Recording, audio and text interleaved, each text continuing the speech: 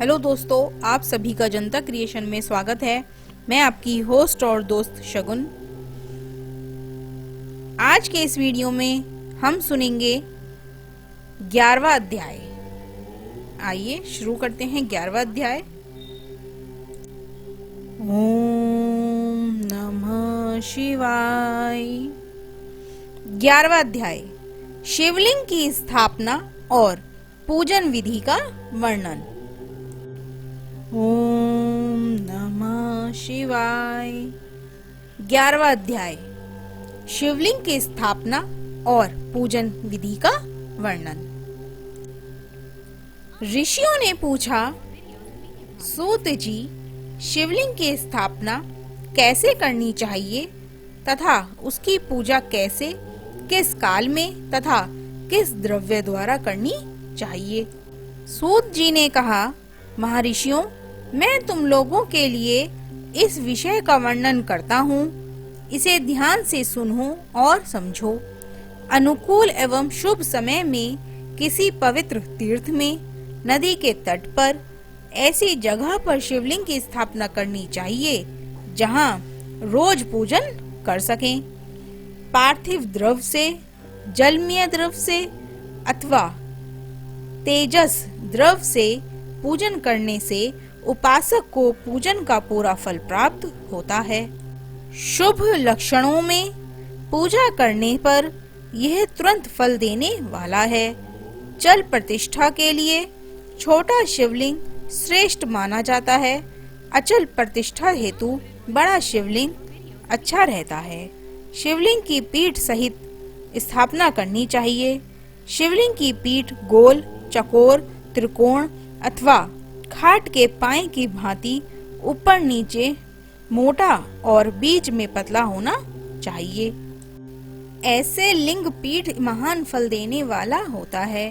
पहले मिट्टी अथवा लोहे से शिवलिंग का निर्माण करना चाहिए। जिस द्रव्य से लिंग का निर्माण हो उसी से उसका पीठ बनाना चाहिए। यही अचल प्रतिष्ठा वाले शिवलिंग की विशेषता है। चल प्रतिष्ठा वाले शिवलिंग में लिंग एवं प्रतिष्ठा एक ही तत्व से बनानी चाहिए। लिंग की लंबाई स्थापना करने वाले मनुष्य के 12 उंगल के बराबर होनी चाहिए। इससे कम होने पर फल भी कम प्राप्त होता है, परंतु 12 उंगल से लंबाई अधिक भी हो सकती है। चल लिंग में लंबाई स्थापना करने वाले के 1 उंगल के बराबर होनी चाहिए, उससे कम नहीं। यजमान को चाहिए कि पहले वह शिल्प शास्त्र के अनुसार देवालय बनवाए तथा उसमें सभी देवगणों की मूर्ति स्थापित करे। देवालय का गर्भगृह सुंदर, सुदृढ़ और स्वच्छ होना चाहिए। उसमें पूर्व और पश्चिम में 2 मुख्य द्वार हों। जहाँ शिवलिंग की स्थापना करनी हो उस स्थान के गर्त में नीलम, लाल वैद्युर, श्याम, मरकत, मोती, मूंगा, गोमद और हीरा, इन 9 रत्नों को वैदिक मंत्रों के साथ छोड़ें। 5 वैदिक मंत्रों द्वारा 5 स्थानों से पूजन करके अग्नि में आहुति दें और परिवार सहित मेरी पूजा करके आश्चर्य को धन से तथा भाई बंधुओं को मनचाही वस्तु से संतुष्ट करें। याचकों को सुवर्ण, गृह एवं भू संपत्ति तथा गाय आदि प्रदान करें। स्थावर जंगम सभी जीवों को यत्न पूर्वक संतुष्ट कर एक गड्ढे में स्वर्ण और 9 प्रकार के रत्न भरकर वैदिक मंत्रों का उच्चारण करके परम कल्याणकारी महादेव जी का ध्यान करें। तत्पश्चात नाद घोष से युक्त महामंत्र ओमकार ओम का उच्चारण करके गड्ढे में पीठ युक्त शिवलिंग की स्थापना करें। वहां परम सुंदर मूर्ति की भी स्थापना करनी चाहिए तथा भूमि संस्कार की विधि जिस प्रकार शिवलिंग के लिए की गई है, उसी प्रकार मूर्ति की प्रतिष्ठा भी करनी चाहिए। मूर्ति की स्थापना अर्थात प्रतिष्ठा पंचाक्षर मंत्र से करनी चाहिए। मूर्ति को बाहर से भी लिया जा सकता है, परंतु वह साधु पुरुषों द्वारा पूजित हो। इस प्रकार शिवलिंग व मूर्ति द्वारा की गई महादेव जी की पूजा शिव पद प्रदान करने वाली है। स्थावर और जंगम से लिंग भी दो तरह का हो गया है। वृक्ष लता आदि को स्थावर लिंग कहते हैं और कृम कीट आदि को जंगम लिंग। स्थावर लिंग को सींचना चाहिए और जंगम लिंग को आहार एवं जल देकर तृप्त करना चाहिए। यों चराचर जीवों को भगवान शिव का प्रतीक मानकर उनका पूजन करना चाहिए। इस तरह महालिंग की स्थापना करके विविध उपचारों द्वारा उसका रोज पूजन करें तथा देवालय के पास ध्वजारोहण करें। शिवलिंग साक्षात शिव का पद प्रदान करने वाला है। आवाहन, आसन, अर्घ्य, पाग, पादांग, आचमन, स्नान, वस्त्र, अग्योपवीत, गंध, पुष्प, धूप, दीप, नैवेद्य, तांबूल, समर्पण, नीराजन, नमस्कार और विसर्जन, ये 16 उपचार हैं। इनके द्वारा पूजन करें। इस तरह किया गया भगवान शिव का पूजन शिव पद की प्राप्ति कराने वाला है।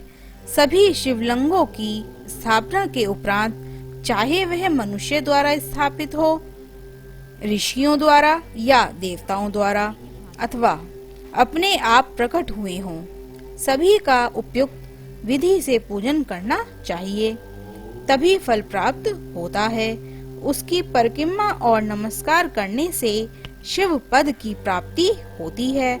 शिवलिंग का नियम पूर्वक दर्शन भी कल्याणकारी होता है।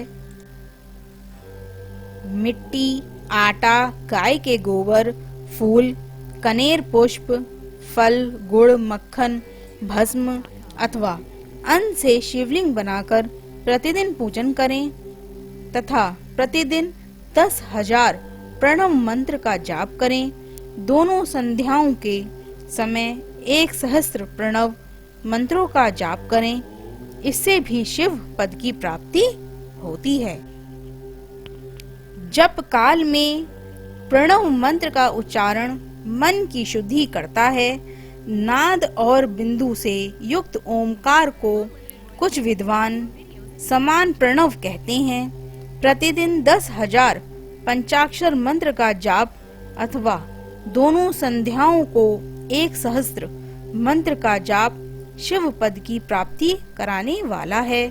सभी ब्राह्मणों के लिए प्रणव से युक्त पंचाक्षर मंत्र अति फलदायक है। कलश से किया स्नान, मंत्र की दीक्षा, मातृकाओं का न्यास, सत्य से पवित्र अंतःकरण ब्राह्मण तथा ज्ञानी गुरु सभी को उत्तम माना गया है। पंचाक्षर मंत्र का 5 करोड़ जाप करने से मनुष्य भगवान शिव के समान हो जाता है। 1, 2, 3 अथवा 4 करोड़ जाप करके मनुष्य क्रमश ब्रह्मा, विष्णु, रुद्र तथा महेश्वर को पद प्राप्त कर लेता है।